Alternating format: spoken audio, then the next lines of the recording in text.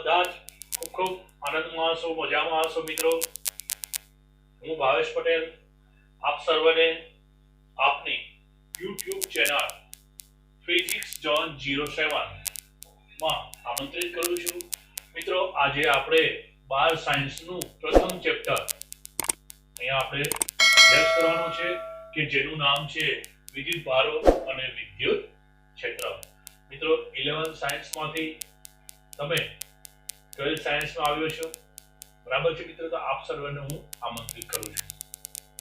12 સાયન્સની અંદર આપણું આ પહેલું ચેપ્ટર છે, એના વિશે વાત કરીએ એ પહેલા થોડા મુદ્દાઓ એવા છે કે મિત્રો જે આપણે રોજબરોજના જીવનની અંદર અનુભવતા હોઈએ છીએ, બરાબર? અને તમે બધાએ જ અનુભવ કર્યો હશે, પણ એની પાછળનું કારણ આપ લોકો નહીં જાણતા હોય અને વિચારી બી નહીં હોય, બરાબર? હવે આપણે એનો અભ્યાસ અહીંથી કરીશું।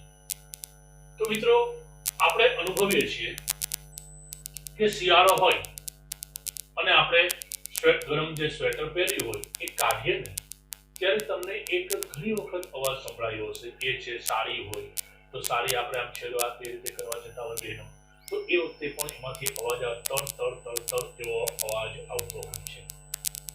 ધાબળો ઓઢી, ગરમ ધાબળો ઓઢીને કે સ્વાલ ઓઢીને આપણે સૂતા હોઈએ, બરાબર? આ શિયાળામાં ખાસ જોવા મળે। અને બિલકુલ અંધારું હોય તો તમે મિત્રો એ સ્ટોલની અંદર સૂતા જો તમે આ રીતે 5 આંગળા ઘસશો ને તો તમારા આંગળાની આજુબાજુ ઘણા બધા તણખલા થતા હશે ને એવું તમને જોવા મળશે। વિસ્તર સ્પોટ ઉત્પન્ન થશે, પ્રકાશ LED થતું હોય ને એવી રીતે આમ લાગે, તમારા આંગળા બી તમને દેખાય બિલકુલ અંદર હોવા છતાં, એટલી બધી લાઈટ થાય અને સાથે સાથે તમને એનો અવાજ પણ આવે, તર તર તર એવો અવાજ આવે। આ બધું તમે અનુભવ્યું હશે અને ના અનુભવ્યું તો પ્રેક્ટિકલ કરી જોજો, બરાબર? તો આવું આપણને જોવા મળે છે। એ ઉપરાંત મિત્રો બાળકો ઘણી વખત રમતા હોય છે કે હમણાં વચમાં જે એ રમત પ્રચલિત હતી કે તમને પ્લાસ્ટિકની જે આપણે ખુરશી આવે ને એના પર આપણે બેસાડી દે, પછી શું કરે, પછી પેલો જે બહેનોનો ડ્રેસ હોય એના જે પોલિસ્ટર ટાઈપનું જે દુપટ્ટો આવે એ દુપટ્ટો લઈ અને ખુરશીની પાછળ મારે, ત્યાર પછી થોડી વાર પછી એ રીતે કર્યા પછી એ ખુરશીની પાછળ માર કરે, ત્યાર પછી આપણને એમ કે કેમ છો, આપણે એને હાથ મિલાવીએ મિત્રો, તો જેવો આપણો આમ હાથ અડે ને તો એ જોરદાર આપણને ઝટકો લાગે, બરાબર? અને બાળક ખુશ થાય, કારણ કે આપણને તો ખબર જ ના હોય અને ઓચિંતાનું આવું થાય એટલે આપણે એકદમ એ ચોંકી જઈએ, અવાજ વિશે જ આવે અને આપણને ઝટકો બી લાગે, બરાબર? શિયાળાની અંદર માનો કે કારને આપણે ટ્રાવેલિંગ કરીને આવ્યા હોય રાત્રે અને મૂકી રાખી હોય અને સવારે જ્યારે આપણે એ કારને અડીએ ને તો પણ મિત્રો જોરદાર ઝટકો લાગી શકે, મતલબ આપણને નુકસાનકારક ના હોય પણ એક ઝટકો તો લાગે જ તમને, બરાબર? તો એ બધાનું કારણ શું છે એ આપણે અહીંયા અભ્યાસ કરવાનો છે। મિત્રો આ બધો અભ્યાસ થેલસ મેડિટસ નામનો જે સાયન્ટિસ્ટ હતો એમણે કર્યો અને શરૂઆત કરી, પહેલી વાત એને કરી। હવે મિત્રો અહીંયા એક ઉદાહરણો આપણે લઈએ એના પહેલા હું તમને વાત કરું તો આ બધી વસ્તુ થવા પાછળનું કારણ હતું વિદ્યુત ભાર। શું હતું? વિદ્યુત ભાર, બરાબર? તો આ અસર સ્થિર વિદ્યુત ભારોને કારણે થાય છે। હું થેલસની વાત કરું છું, બરાબર? તો અહીંયા પહેલા તો હું તમને સ્થિત વિદ્યુત શાસ્ત્ર કોને કહેવાય એનું થોડું વાત કરું તો એના માટે મિત્રો સ્થિર વિદ્યુત ભાર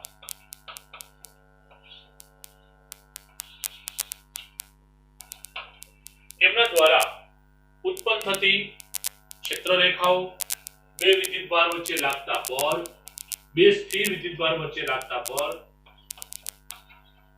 વિદ્યુત ક્ષેત્ર રેખાઓ અને એમની લાક્ષણિકતા,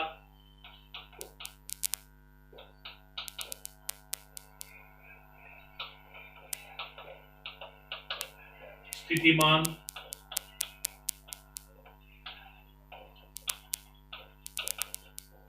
બરાબર? આવી શાખાઓનો જે અભ્યાસ કરવામાં આવે સ્થિર વિદ્યુત ભાર માટે, બરાબર? બળ, ચિત્રરેખાઓની લાક્ષણિકતાઓ, સ્થિતિમાન, આ બધા સ્થિર વિદ્યુત ભાર માટે જે શાખાની અંદર અભ્યાસ કરવામાં આવે એને આપણે સ્થિર વિદ્યુત શાસ્ત્ર કહીએ છીએ.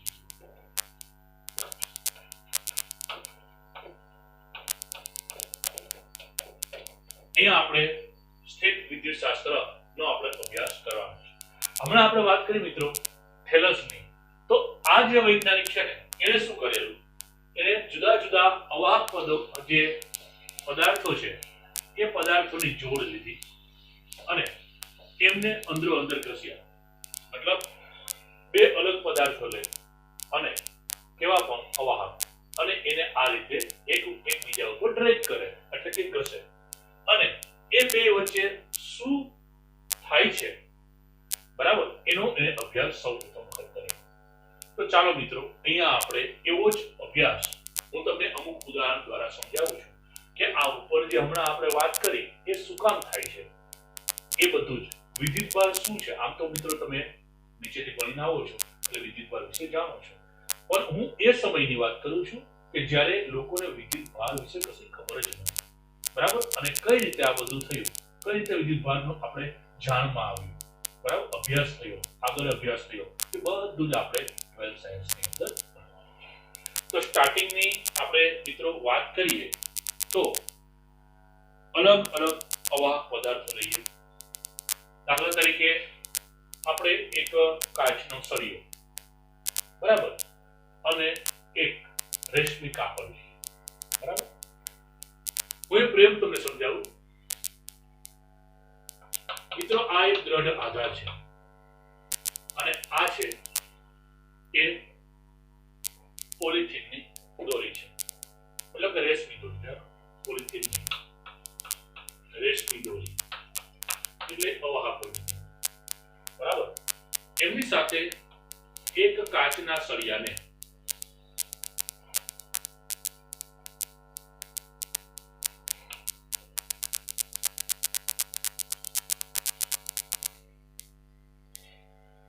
કાચનો સળિયો છે મિત્રો.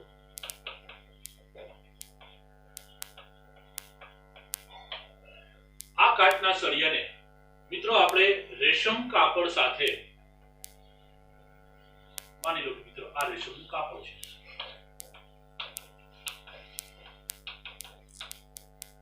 એની સાથે આને ઘસ્યો છે બરાબર અને પછી અહીંયા રાખ્યો છે.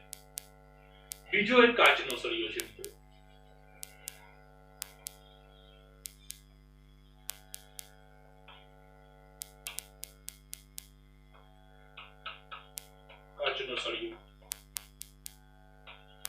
અને એને પણ આપણે એક બીજા રેશમી કપડા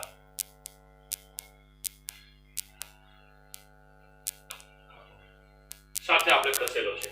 આ સળિયાને આમની સાથે ઘસ્યો છે, આ સળિયાને આમની સાથે ઘસ્યો છે. હવે શું કરવામાં આવ્યું મિત્રો, આ સળિયાની નજીક લઈ જવામાં આવ્યું. હું તમને શરૂઆતની વાત કરું છું કેવું થયેલું. આ રેશમની દોરી છે પાતળી, એની સાથે કાચનો સળિયો લટકાવેલો છે મિત્રો, આ રીતે બાંધેલો છે અને એ સમક્ષ સ્થિત છે. એને આપણે રેશમી કાપડ સાથે ઘસીને રાખ્યો છે. અત્યારે આમ એકદમ સંતુલનમાં છે. હવે કાચનો એક બીજો સળિયો લો, એને પણ રેશમી કાપડ સાથે ઘસો, બીજા કાપડ સાથે, અને એ ઘસી અને પછી આ છેડાને આમની નજીક લાવો. જો લાવ્યા છીએ તો અવલોકન કર્યું કે ભાઈ શું થાય છે આના ઘસવાથી. તો મિત્રો એક કાચના સળિયાને બીજા કાચના સળિયાની નજીક બંને રેશમી કાપડથી ઘસેલા છે, લાવશો ને તો એક અનુભવ થયો કે આ કાચનો આ છેડો છે ને એ આ સળિયાથી દૂર તરફ ગતિ કરે. મતલબ કે આમ તમે નજીક લાવ્યા તો આ સળિયો નજીક લાવો તો આ સળિયો આમ દૂર થઈ જશે, મતલબ અહીંથી આમ જશે, થોડો દૂર જઈને એ સ્થિત થશે. તો આ કેવી રીતે થયું? ફરીવાર આપણે કરી જોયું તો પણ એમ થયું. આ બાજુ નજીક રાખ્યો તો આ છેડો આમ ગયો, મતલબ છેડો આમ રાખ્યો હોય તો એ આમ ફરે, આમ કે આમ. ટૂંકમાં જ્યાં તમે આ કાચનો સળિયો નજીક લઈ જશો ત્યાંથી એ દૂર તરફ જશે. ઓકે, આ આપણું એક અવલોકન. મિત્રો એક વસ્તુ નક્કી, આ કાચના સળિયાને રેશમી કાપડ સાથે, આને બી રેશમી કાપડ સાથે ઘસ્યો છે, તો મતલબ કે આમના બે પર જે કઈ અસર હશે ને એ સેમ હશે. બંને કાચના સળિયા છે, બેને રેશમી કાપડ સાથે ઘસે છે. તો જે કંઈ એમાં ઉદ્ભવ્યું એને કારણે બે વચ્ચે અપાકર્ષણ થાય છે. પેલા જે નોર્મલ કન્ડિશનમાં કાચના સળિયા હતા તો ગમે તેમ રાખો કોઈ ફેર નહોતો. ઓકે, ચાલો જે હોય તે. આ બંને તો રેશમી કાપડ છે, બરાબર. આ રેશમી કાપડને નજીક લઈ જવામાં આવે ને તો મિત્રો એ બે વચ્ચે પણ અપાકર્ષણ થાય છે.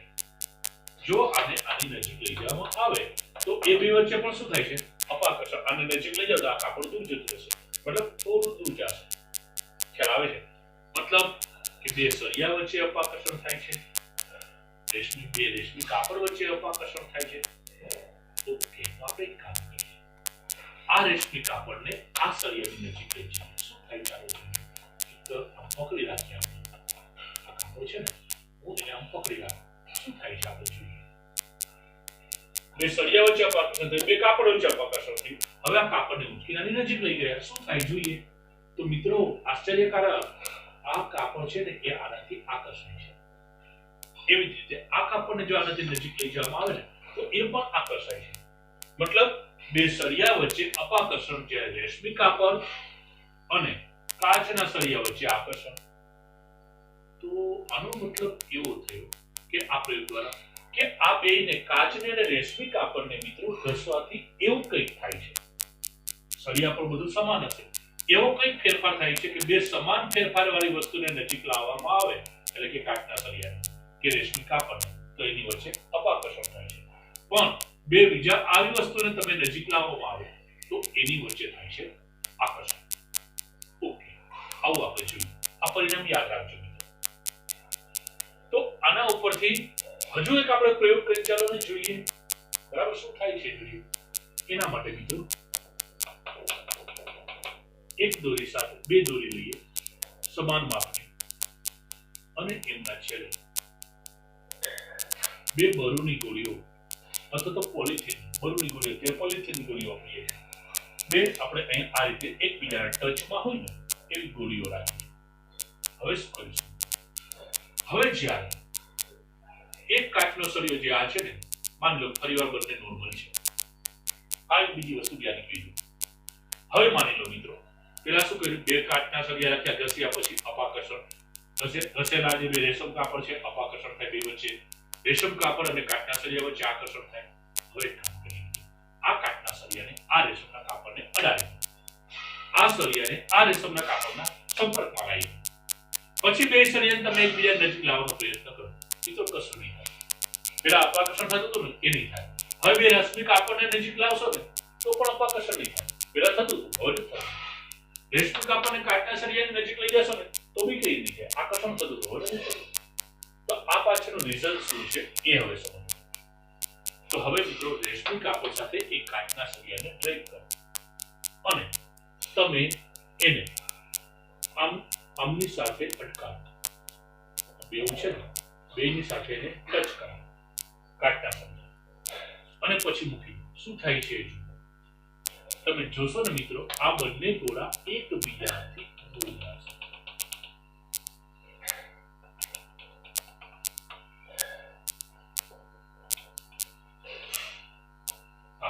આ ગોળા આમ જશે, આ ગોળા આમ જશે. મતલબ કે બંને ગોળા વચ્ચે શું થયું? બંને ગોળા વચ્ચે અપાકર્ષણ થયું, કારણ કે આપણે એને રેશમી કાપડ સાથે ઘસેલો સળિયો ટચ કર્યો.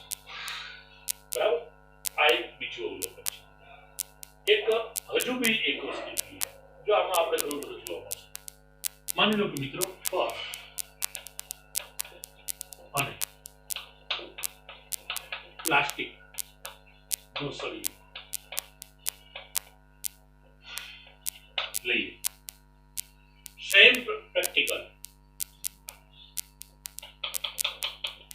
આ એક પ્લાસ્ટિક નો સળિયો રાખો. એને કોની સાથે ઘસવાનું મિત્રો? ફર સાથે. ફર એટલે બિલાડીનું ચામડું, બરાબર, ઉછાદાર. એની સાથે પ્લાસ્ટિકના સળિયાને ઘસવાનું. એવી જ રીતે આપણે બીજો સળિયો રાખીએ અને બીજું ફરનું કાપડ આમને આમની સાથે ઘસો, આમને આમની સાથે ઘસો. ફરીવાર આ બે સળિયાને નજીક લાવો મિત્રો. આના જેવું જ અવલોકન લાગશે. બેની વચ્ચે અપાકર્ષણ થશે. બે કાપડ વચ્ચે અપાકર્ષણ થશે, બરાબર. પણ મિત્રો આ કાપડ અને આ સળિયા વચ્ચે આકર્ષણ થશે, આ સળિયા ફર વચ્ચે આકર્ષણ થશે. ખ્યાલ આવે છે? આ બે વચ્ચે આકર્ષણ, આ બે વચ્ચે આકર્ષણ, આ બે વચ્ચે અપાકર્ષણ. ખ્યાલ આવે છે? તો અહીંયા બે એવું થયું, જે સમાન ફેરફાર વાળા હતા એની વચ્ચે અપાકર્ષણ થયું, બરાબર. આ બંનેની વચ્ચે કેવું થાય? અપાકર્ષણ. આ બંને આ બંને પણ આ બંને વચ્ચે આકર્ષણ, આ બંને વચ્ચે આકર્ષણ. આને બી એકબીજા સાથે અડાડી દો, એટલે કે ટચ કરાવી દો, પછી રાખો તો આ બધી અસરો જતી. પણ આપણે હમણાં આમ નામ રાખીએ તો હવે આપણને વિચાર એમ આવે છે કે ચાલને આપણે કાચના સળિયાને આ પ્લાસ્ટિકના સળિયા વચ્ચે કંઈક કરી જોઈએ. મિત્રો આપણે ફરીથી કાચનો સળિયો લઈએ છીએ કે જેને રેશમી કાપડ સાથે આપણે ઘસીએ છીએ.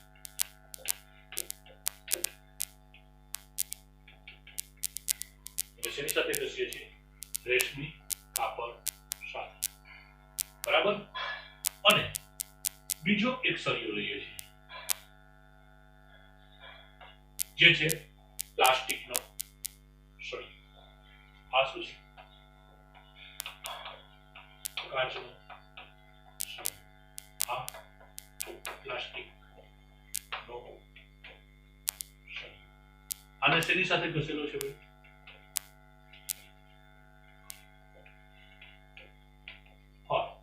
ફર એટલે બિલાડીનું ચામડું. તો મિત્રો આપણે સળિયા નજીક લાવતા હતા અપાકર્ષણ થતું હતું, આ બે પ્લાસ્ટિકના લાવતા હતા અપાકર્ષણ થતું હતું. તો આપણે અહીંયા એવી આશા રાખીએ કે અપાકર્ષણ થાય, પણ નહીં. મિત્રો જ્યારે કાચના સળિયાને રેશમી કાપડ સાથે અને પ્લાસ્ટિકના સળિયાને ફર સાથે ઘસેલો હોય તો આ પ્લાસ્ટિકના અને કાચના સળિયાને તમે નજીક લાવશો ને તો મિત્રો આશ્ચર્યકાર એ બંને આકર્ષાય છે, એકબીજાની નજીક આવે. એવી જ રીતે રેશમી કાપડ અને ફર પણ એકબીજાથી આકર્ષિત થાય છે. વાહ! તો એનો મતલબ કેવો થયો કે કાચના સળિયાને રેશમી કાપડ સાથે ઘસતા કાચના સળિયા પર જે કંઈ થાય છે એના કરતા ઉલટું ફર સાથે જ્યારે પ્લાસ્ટિકનો સળિયો ઘસવામાં આવે ત્યારે કંઈક ઉલટો ગુણધર્મ ધારણ કરે. તો આ આખી વસ્તુથી મિત્રો આપણે એક વસ્તુની વાકેફ થયા કે આ ઘસવાની ક્રિયામાં કંઈક એવો ગુણધર્મ છે કે જે આકર્ષણ અને અપાકર્ષણ દ્વારા આપણે એના પર એનો મળી રહે છે. તો મિત્રો આ જે વસ્તુ છે એને વૈજ્ઞાનિકોએ નામ આપ્યું વિદ્યુત ભાર. શું નામ આપ્યું? વિદ્યુત ભાર, બરાબર. અને એ વિદ્યુત ભાર જે છે, બરાબર, એના મિત્રો વૈજ્ઞાનિકોએ આ અવલોકનો પરથી એવું નક્કી કર્યું કે એ વિદ્યુત ભારના બે પ્રકાર હોય છે. એક ધન વિદ્યુત ભાર અને બીજું ઋણ વિદ્યુત ભાર. આ બે ટાઈપના વિદ્યુત ભાર હોય છે. મિત્રો ધન અને ઋણ આ બતાવવા પાછળનું કદાચ એવું ગણિત હશે, આપણે એમ માનીએ, બરાબર, કે જ્યારે આ બંનેને ઘસ્યા, જો ઘસતા પહેલા તો બે ઉપર બે તમે નજીક લાવો દૂર લાવો કશું હતું, પણ જ્યારે ઘસ્યા ને ત્યારે એક વિદ્યુત ભાર ધન અથવા ઋણ આના પર આવતો હશે અને આના પર, માનો કે આના પર કાચના સળિયા પર ધન આવે તો આના પર શું આવતું? હવે તમે નજીક લાવો ને તો આ બંને વિજાતીય વિદ્યુત ભાર કહેવાય, એટલે એમની વચ્ચે આકર્ષણ. આ આટલા પ્રયોગો પછી, કારણ કે આ બે સમાન અસરવાળા હતા એની વચ્ચે અપાકર્ષણ થતું, તો આ વિજાતીય અસરવાળા હોય જેને આપણે ધન અને ઋણ કહીએ છીએ એમની વચ્ચે આકર્ષણ, અને સમાન એટલે કે ધન ધન વચ્ચે અપાકર્ષણ, ઋણ ઋણ વચ્ચે અપાકર્ષણ, ઋણ વિદ્યુત ભાર બરાબર. આવું વૈજ્ઞાનિકો કંઈક વિચારે. તો એવી રીતે અહીંયા બી એવું જ કીધેલું કે પ્લાસ્ટિકના સળિયા અને કાચના સળિયા વચ્ચે આકર્ષણ થાય છે ને, તો નક્કી કાચના સળિયા ઉપર જો આપણે ધન કહીએ, જો ધન છે એવું નથી કહેતો, વૈજ્ઞાનિકો કહે છે કદાચ ધન કહીએ તો પ્લાસ્ટિકના સળિયા પર ઋણ આવતું હોવું જોઈએ, અને પ્લાસ્ટિકના સળિયા પર જો ઋણ આવે તો ફર પર ધન આવે.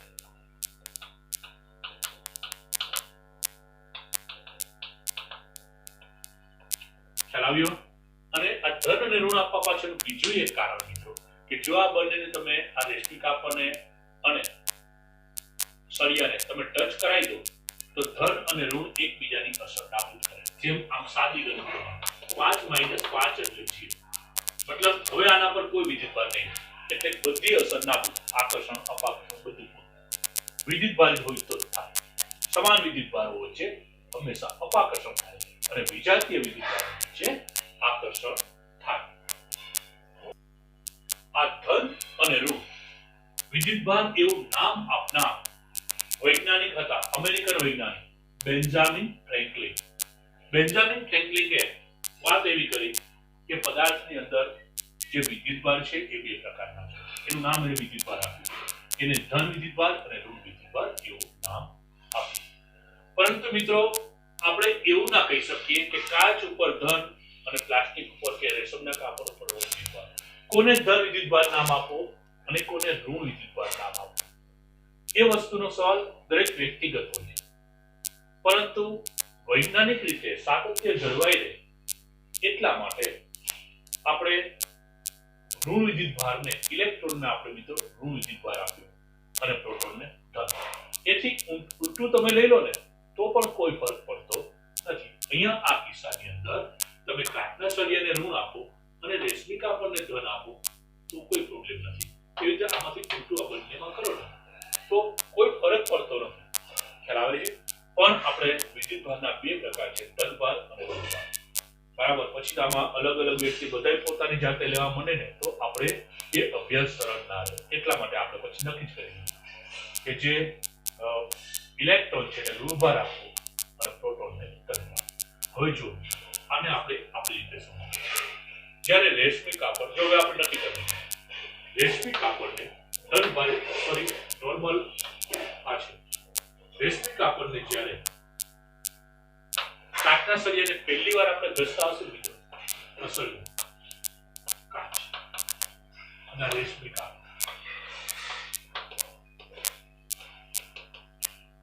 પહેલી વાર ઘસીશું મિત્રો એટલે શું થશે તો કે કાચ પરના જે ઇલેક્ટ્રોન છે ને એમાંથી અમુક ઇલેક્ટ્રોન મિત્રો ક્યાં જશે? રેશમી કાપડ. ઘસવાની ક્રિયામાં આવું થતું હશે.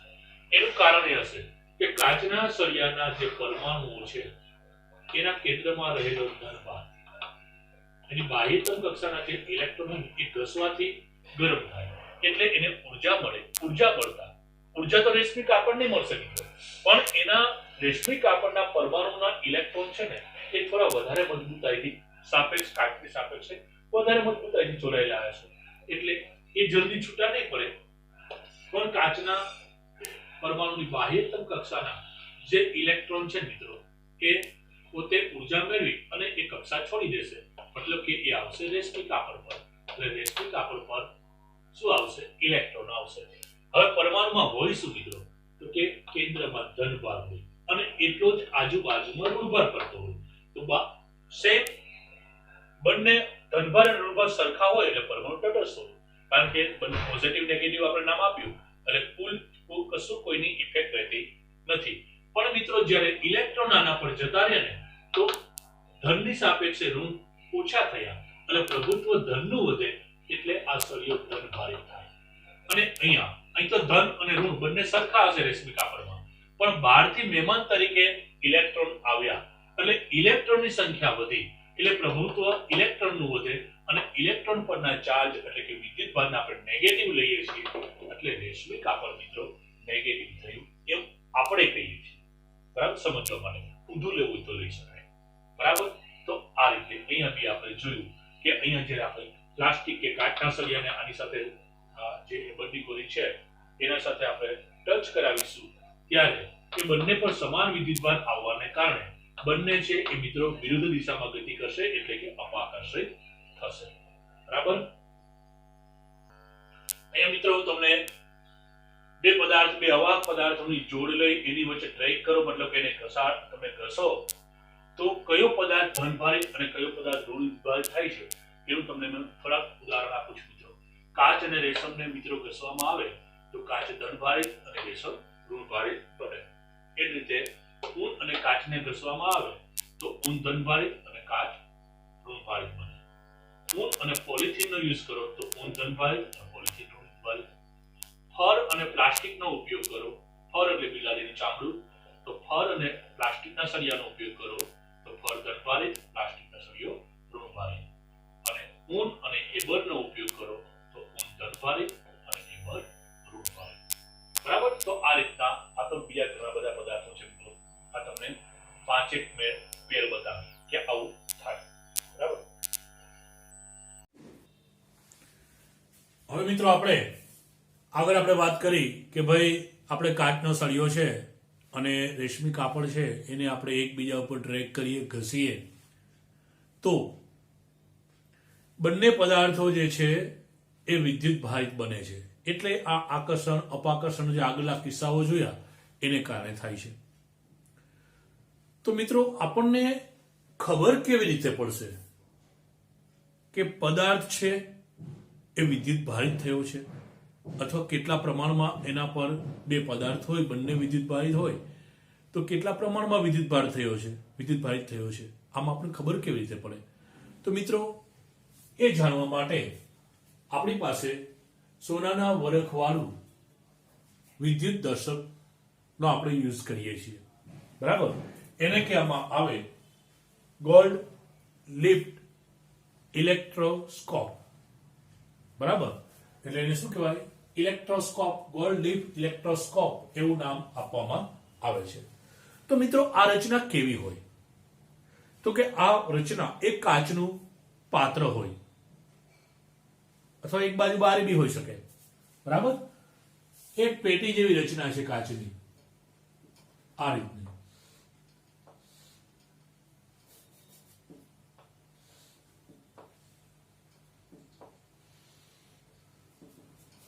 બરાબર. દોરાઈ નહીં રહ્યું.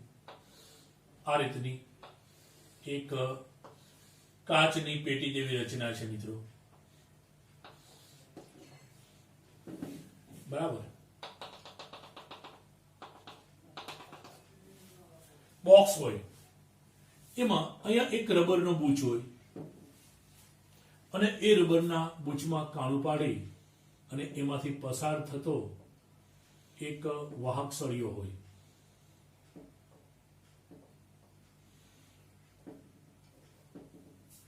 બરાબર. આ જે વાહક સળિયો છે ને એના ઉપરના ભાગમાં એક તકતી હોય અથવા ગોળા જેવી રચના હોય. અહીંયા એ પણ વાહક હોય અને આ જે અંદરનો છેડો છે જે પેટીની અંદર છે એમની અંદર બે સોનાની આ રીતની વરખ હોય મિત્રો. બરાબર. આ જે પેટી છે એની અંદર શૂન્યાવકાશ રાખવામાં આવે. બરાબર. હવે તમે જ્યારે હવે કાર્ય કેવી રીતે કરશે એ હું તમને સમજાવું. જ્યારે આપણે માનો કે એક એક્ઝામ્પલ લઈએ, આ કાચનો સળિયો છે, આ રેશમી કાપડ છે, ઘસ્યું, આપણે જાણીએ છીએ કે આ વિદ્યુત ભારિત થાય છે. બરાબર. તો એને તમે અહીંયા ટચ કરાવશો ને મિત્રો એટલે એ વિદ્યુત ભાર છે એ ગતિ કરીને ક્યાં આવશે મિત્રો? તો કે આ વરખ પર. આ બંને સોનાના વરખ છે. હવે બંને પર સમાન વિદ્યુત ભાર હશે કે નહીં હોય? તો કે બંને પર સમાન આવે છે અહીંયા. બરાબર. એટલે સમાન વિદ્યુત ભાર વચ્ચે હંમેશા શું થાય મિત્રો? અપાકર્ષણ થાય. એટલે આ કાચની આ જે સોનાની વરખ છે એ આમ દૂર જશે. જેટલું વધારે પ્રમાણમાં દૂર જાય ને એટલો આપણે એના સંપર્કમાં લાવેલો પદાર્થ છે ને એ વધારે વિદ્યુત ભારિત હોય, પ્રમાણ વધારે હોય. અને જેટલું એકબીજાની નજીક વધારે થાય પણ ઓછું એકબીજા દૂર જાય તો એ પ્રમાણે એનો પેલા પદાર્થની સાપેક્ષે વિદ્યુત ભાર ઓછો હોય. તો મિત્રો આ રીતે આપણે સોનાના વરખવાળું જે વિદ્યુત દર્શક છે ગોલ્ડ લિફ્ટ ઇલેક્ટ્રોસ્કોપ એના વડે આપણે વિદ્યુત ભારની પરખ જે છે એ આપણે કરી શકીએ છીએ. એક બીજું બેઝિકલી આપણે એક એમ કહી શકાય કે આવું ઇલેક્ટ્રોસ્કોપ આપણે જાતે બનાવવું હોય તો શું કરવું મિત્રો? બનાવી શકાય. એના માટે આપણે શું કરીએ તો કે એક 20 સેન્ટીમીટર જેટલી લંબાઈનો એક વાહક સળિયો લઈ લો. બરાબર. અને એક પહોળા બૂચ વાળી એક બોટલ લઈ લો જે લાંબી બી હોય.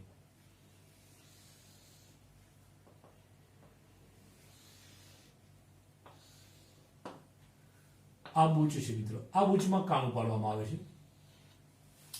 જે આપણે 20 સેન્ટીમીટરનો સળિયો લીધો ને મિત્રો, એ સળિયાને આમાંથી પાસ કરવાનો અને લગભગ 5 સેન્ટીમીટર જેટલો બહાર રહે ને એવી રીતે આમાંથી પસાર કરવાનો, બરાબર. અને આને છેડે તકતી અથવા એક વાહક ગોળો એની સાથે જોઈન્ટ હોય, બરાબર. હવે આ બીજો જે છેડો છે મિત્રો, ત્યાં આપણે એલ્યુમિનિયમની વરખ બહુ સરળતાથી અને ખૂબ સસ્તી મળે મિત્રો. એ વરખ લેવાની, પાતળી પટ્ટી બનાવવાની, એની જે એકદમ પાતળી કાપી લગભગ 6 સેન્ટીમીટર જેટલો એ ટુકડો લેવાનો, આવી પટ્ટી લેવાની 6 સેન્ટીમીટર, બરાબર. પછી બરાબર વચ્ચેથી એને વાળી દો, બરાબર. એટલે એ આવું બનશે.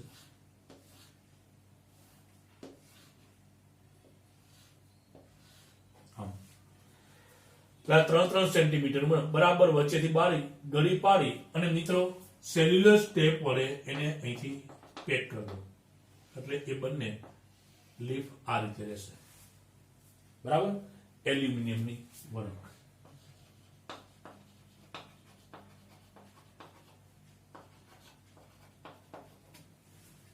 ઓકે.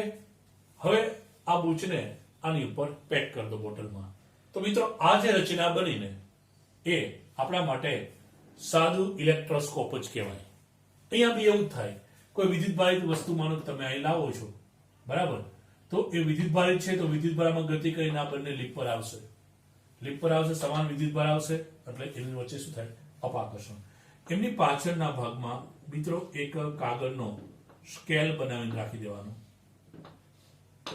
બોટલમાં, એટલે આપણને ખબર પડે કે આ બંને પટ્ટીઓ છે એ કેટલી અપાકર્ષિત થઈ અને દૂર જાય છે, બરાબર. એ દૂર જવાનું પ્રમાણ છે, બે વચ્ચેનું જે અંતર છે, એના આધારે આપણે શોધી શકીશું કે આમાં પ્રમાણ કેટલું છે વિદ્યુતભારનું. હવે મિત્રો પદાર્થના વિદ્યુતભાર થવાની જે ઘટના છે ને એના વિશે આપણે થોડું જોઈ લઈએ. આ બંને આપણે ઇલેક્ટ્રોસ્કોપ વિશે તો વાત કરી લીધી. પદાર્થ વિદ્યુતભારિત કેવી રીતે થાય છે મિત્રો એ આપણે જોઈએ. મિત્રો પદાર્થની રચના પહેલા તો આપણે સમજી લઈએ. પદાર્થ છે એ અણુ અને પરમાણુનો બનેલો છે. પરમાણુની અંદર ન્યુક્લિયસ માં ધનભાર અને આજુબાજુની જે કક્ષાઓ છે એમાં ઇલેક્ટ્રોન્સ હોય છે મિત્રો, જે પરિભ્રમણ કરતા હોય.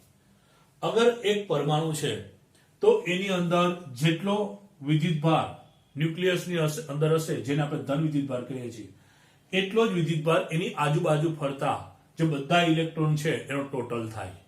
એટલે આ પરમાણુ તટસ્થ પરમાણુ કહેવાય, મતલબ તટસ્થ કહેવાય. પરમાણુ હંમેશા તટસ્થ હોય, કારણ કે એમની અંદર ધનભાર અને ઋણભાર સમાન પ્રમાણમાં છે, તો કુલ વિદ્યુતભાર શૂન્ય થાય, બરાબર.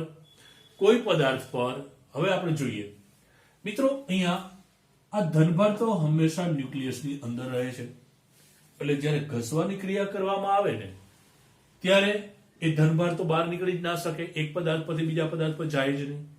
વાત રહી ઇલેક્ટ્રોનની, તો મિત્રો આ ઇલેક્ટ્રોન છે, બંને ઇલેક્ટ્રોન આ ન્યુક્લિયસથી નજીક છે, એટલે શું થશે કે એ ઘણા આકર્ષણથી જોડાયેલા હોય.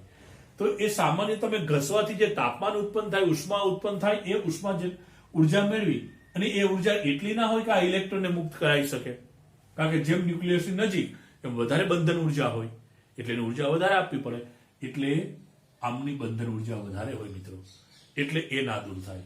પણ જેમ બાહ્યતમ કક્ષા એટલે કે ન્યુક્લિયસથી અંતર વધતું જાય, એમ ઇલેક્ટ્રોન આ ન્યુક્લિયસથી ઓછી ઉર્જાથી જોડાયેલા હોય.